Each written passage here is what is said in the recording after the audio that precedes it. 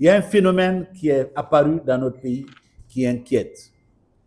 Il y a 2 semaines et quelques jours, le BL vous avait invité à son siège pour dénoncer, n'est-ce pas, l'insécurité galopante dans notre pays.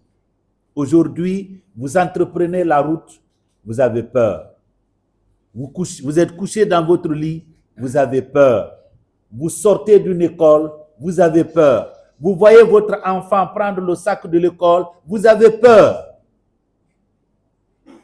Vous sortez d'une mosquée ou d'une église, vous avez peur.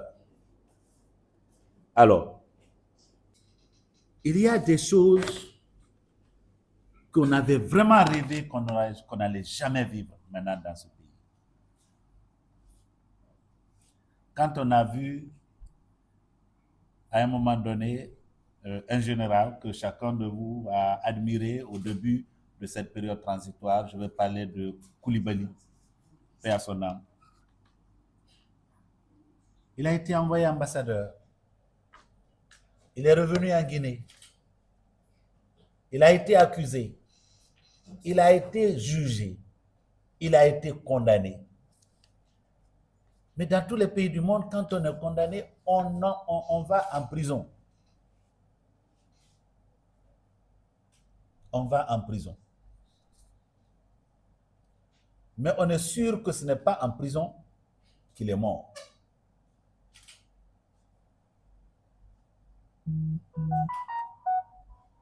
Un autre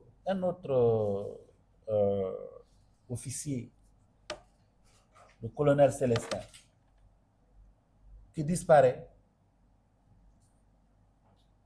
1 année et quelques après, c'est sa femme inquiète qu'on appelle pour venir constater si c'était effectivement le corps de son mari.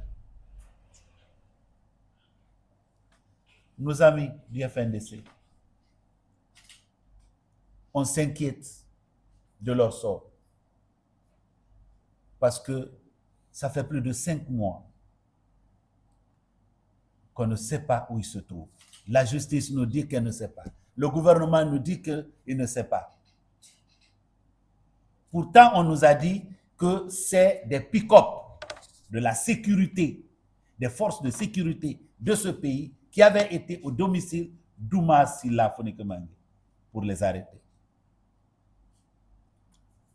La situation est tellement grave que quand le gouvernement a ironisé en disant qu'un adulte a le droit de se perdre volontairement à la CPR, on a compris que nous étions devant une situation grave.